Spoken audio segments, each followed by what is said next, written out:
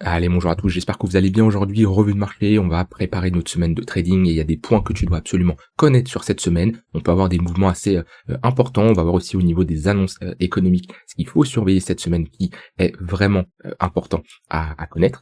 On verra bien sûr Ether, hyper liquide, quelques altcoins comme d'habitude et on parlera du marché US. Donc ouais, comme chaque dimanche, on prépare notre semaine. Ça fait maintenant des semaines, des mois, des années même que c'est ce qu'on fait chaque dimanche tout simplement. On quadrille nos charts, on voit les différentes opportunités qui peut être pris. En tout cas, de mon côté, je vous partage moi qu'est-ce que je compte faire. Avant que je commence, je vous rappelle, il vous reste 48 heures maintenant pour profiter de l'offre sur le programme Crypto Investor. Je vais pas tout redétailler tout ce qu'il y a à l'intérieur parce que j'en ai parlé sur les derniers jours. Si ça t'intéresse, je t'invite à cliquer sur le premier lien en description. Tu regardes tout simplement ce que tu vas obtenir à l'intérieur. 13 modules, 75 vidéos, plus de 30 heures de vidéos où je te partage tout ce qu'il faut pour que tu sois autonome en crypto. Donc voilà, tu as une grosse offre en cours dans 48 heures à l'expire. C'est vraiment le meilleur moment pour en profiter. Et ceux qui nous rejoint ces derniers jours, n'oubliez pas de m'envoyer un message privé pour que je vous change de rôle dans le Discord et que vous ayez accès au groupe privé. Allez, on commence ici par le BTC. Je vais surtout commencer par les annonces économiques. Cette semaine, on a des annonces qu'il ne faut pas non plus négliger, surtout en fin de semaine. Alors, on aura la dernière estimation du PIB du quatrième trimestre, donc ça c'est le quatrième trimestre de 2025. C'est pas la plus importante c'est souvent la première estimation. Donc celle-ci va pas créer énormément de volatilité, sauf s'il y a vraiment une grosse surprise. Par contre, ce qu'il faut absolument surveiller, c'est le Core PCE et le CPI. Alors, le Core PCE, c'est celui de février, donc il n'inclut pas la variation du pétrole, la hausse du pétrole qui a commencé en mars. Donc faut quand même bien sûr, ouais c'est ça à peu près, début mars là, on a eu le gros pump. Donc faut quand même bien entendu surveiller les résultats s'ils sont au-dessus ou en dessous des attentes. Mais le plus important, c'est ici le CPI qu'il va falloir absolument surveiller, c'est celui de mars. Et lui, bien sûr, il aura un gros impact pour voir c'est quoi les conséquences de la hausse tout simplement du pétrole. Ce qu'on veut, c'est pas un PCE et pas un CPI qui est au-dessus des attentes, sinon ça veut dire retour de l'inflation. Et là, ça sera vraiment pas bon pour la suite, surtout au niveau des taux. Ça, c'est vraiment ce qu'il faut absolument surveiller. Donc PCE, CPI au-dessus des attentes, vraiment pas bon. En dessous des attentes, très bon pour les marchés, surtout au vu du contexte où on a peur que l'inflation revient. Et si c'est conforme aux attentes, on aura bien sûr un peu de volatilité comme toujours, mais ça sera conforme aux attentes, donc on n'aura pas une très grosse volatilité. Ça, c'est ce qu'il faut absolument surveiller cette semaine, jeudi et vendredi. Alors, on commence ici au niveau du BTC.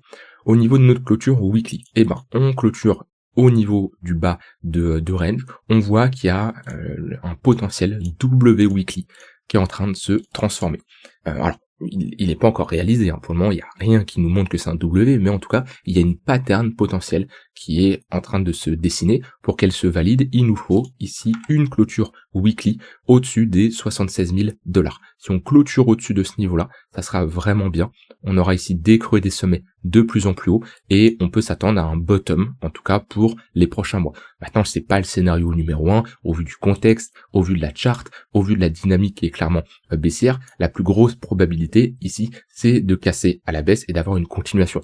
Sur un point de vue contexte de marché, la macro qui est vraiment pas bonne, le marché US qui est en train de chuter, les cryptos qui sont toujours dans une tendance baissière. Maintenant, comme d'habitude, on ne cherche pas à anticiper. Donc de mon côté, clôture weekly toujours à l'intérieur de ce range-là.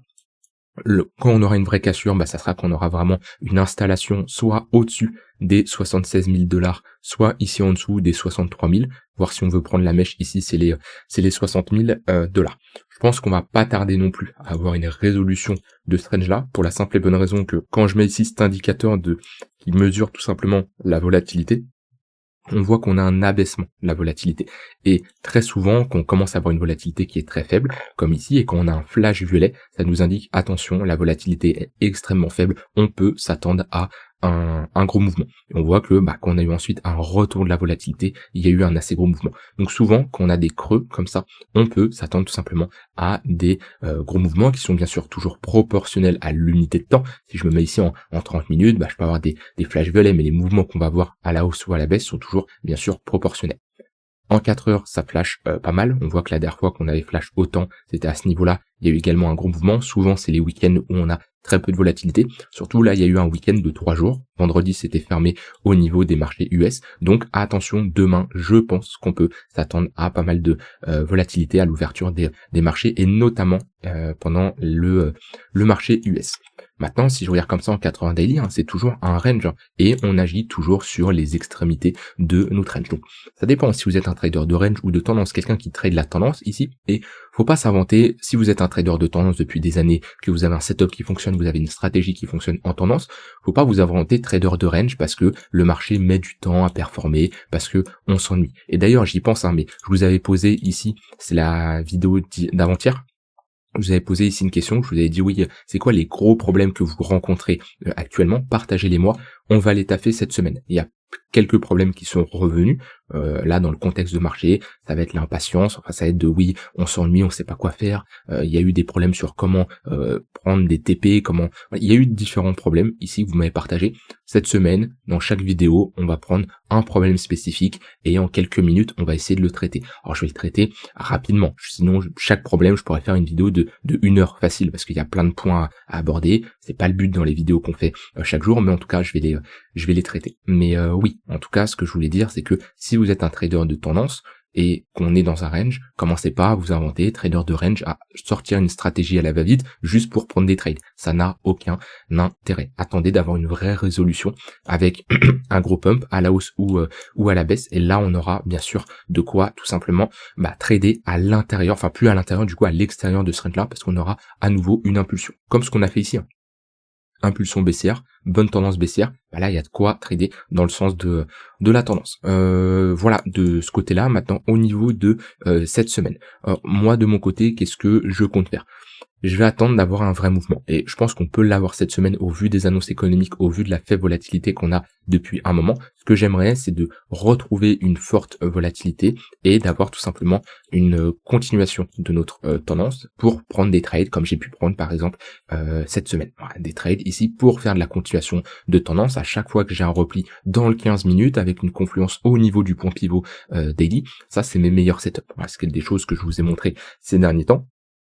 Maintenant, le problème, c'est que les tendances ne durent pas. Comparé à quand on a une très forte tendance à la baisse, qui dure pendant des jours, comme on a eu, c'était la dernière baisse, c'était à ce niveau-là. Là, je peux prendre plusieurs trades. Là, le problème, c'est que je n'ai pas une grosse tendance. Donc, moi, mon plan, et c'est un plan que je répète chaque semaine parce que je l'attends, mais c'est pas en mode je l'attends et je force. Non, je force pas. J'attends tout simplement d'avoir la résolution de ce range là pour pouvoir reprendre des trades en mode continuation de tendance. Ça, c'est le premier scénario. Maintenant, sinon, comme d'habitude, ça va être les extrémités. Tant qu'on tient les 66 000 $, c'est une zone qui fait office de support. Maintenant, je ne prends plus de longue sur ce niveau-là. Pourquoi? Parce que c'est un niveau qu'on a retesté pas mal de fois. Là, on est toujours quand même dans une trend qui est baissière, avec des creux et des sommets de plus en plus bas.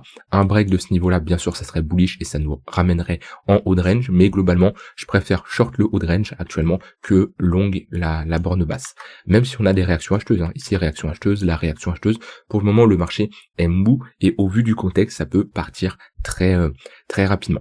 Comme d'habitude, ce que je vais faire, c'est de surveiller ici les points pivots weekly. Ça, c'est quelque chose que je parle chaque semaine, mais au final, ils font clairement le taf. Si je mets, à ce niveau-là, vous pouvez l'ajouter, l'indicateur comme je viens de le faire, vous pouvez les mettre, vous avez vos points pivots weekly, nouvelle semaine qui arrive, donc des nouveaux points pivots, et on voit, c'est des niveaux qui font office de support et de résistance en fonction de si on évolue au-dessus ou en dessous. Encore aujourd'hui, on est revenu chercher le point pivot weekly, et on a une réaction vendeuse. Donc ça, nouvelle semaine, on en parlera demain dans la vidéo, des nouveaux points pivot weekly qu'il faudra absolument surveiller. Voilà, mais sinon, de mon côté, j'ai moins de trades en ce moment. Peut-être c'est pas quelque chose que vous voulez entendre, quoique encore la semaine dernière ça a été, mais peut-être c'est quelque chose que vous voulez, que vous n'aimez pas entendre, que je vous dise voilà le marché est mou, il y a moins d'opportunités, mais en fait j'ai envie de dire vous êtes dans mon vrai quotidien, d'accord? Comparé à certaines personnes qui vont inventer des stratégies du jour au lendemain, qui vont forcer des trades juste pour montrer, voyez, regardez, je peux faire des gains, regardez, dans toutes les conditions de marché, j'ai la méthode ultime, vous pouvez trader en permanence. Moi, c'est pas mon approche. Je préfère être honnête avec vous, ok? En ce moment, oui, j'ai moins de trades, oui, j'ai moins d'opportunités, oui, le marché est plus mou, il y a moins d'amplitude, j'ai moins de setup qui s'enclenche. C'est la vérité. Je préfère vous dire ça que vous inventer des choses. Oui, voilà, j'ai pris ce trade là, etc. alors que c'est totalement fou. D'accord? Donc, si vous, de votre côté, vous semblez avoir moins de trades, s'il y a moins d'opportunités, c'est normal, c'est le marché qui est comme ça. Ça va revenir à un moment ou un autre. Faut juste garder, comme je fais, cette discipline de toujours analyser les marchés, que ça soit au niveau de l'order flow, que ça soit d'un point de vue technique, le contexte de marché, les news comme on a fait tout à l'heure, pour tout simplement être prêt, parce que quand ça va repartir, tous ceux qui hibernent depuis 2-3 semaines, un mois, 2 mois, c'est eux qui vont se faire piéger quand ils vont revenir, alors qu'ils sont pas tout simplement préparés. Mais en tout cas, moi, ce que j'aimerais bien ici, c'est tout simplement une vraie direction de marché à la hausse ou à la baisse, peu importe, avec des moyennes mobiles qui suivent tout simplement la tendance. Voilà de ce côté-là sur le BTC, puis d'un point de vue order flow, bah là il n'y a pas grand-chose à dire, hein. Un open interest qui est globalement plat, un CVD qui est plat également, mais c'est pas surprenant pour la simple et bonne raison que nous sommes ici le week-end, et le week-end il y a toujours moins de volatilité. Voilà de ce côté-là pour BTC. Ether, je vais passer assez rapidement en revue. Mon plan reste le même que j'ai partagé ces derniers jours. Si on repasse au-dessus des 2200 $, pourrait me réexposer, ok, parce qu'on peut potentiellement valider un bottom si on arrive à sortir de ce range par le haut. Un signal plutôt bullish, ça serait d'avoir une clôture weekly au-dessus des 2400 $, parce qu'on validerait ici une structure en retournement. Tant qu'on ne valide pas ça, un scénario possible, c'est d'aller bien plus bas.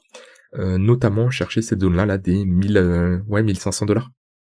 La prochaine zone de support. Donc sur Ether, avant de m'exposer agressivement, comme j'ai pu le faire sur le BTC, là sur les 68, 67, 69 000 $, 70 000 même, j'attends parce que l'Ether peut aller plus bas et j'ai un peu moins de conviction et je préfère avoir une réaction acheteuse pour ne pas trop immobiliser rapidement le cash que j'ai de côté. Parce que je ne sais pas comment est fait l'avenir, je ne sais pas les marchés US s'ils vont continuer à plonger ou pas, mais admettons on rentre dans un gros bear market et un prolongement baissier des cryptos, je veux avoir du cash pour être flexible, pour avoir la possibilité de me positionner tout simplement comme je le souhaite. Donc en tout cas sur Ether, la charte est similaire un peu au BTC, sauf que nous on n'est pas revenu chercher aussi bas. Ouais, si je mets ici un volume profile, on n'est pas trop revenu chercher ici la value à réalo. On est pile poil au niveau du poke, pareil, un peu une zone morte, c'est pour ça il y a moins d'opportunités également, parce qu'on est sur une zone, c'est délicat de se positionner, et clairement j'attendrai une réaction acheteuse sur une extrémité basse, une réaction vendeuse sur une extrémité haute, ou alors un breakout avec des moyennes mobiles qui vont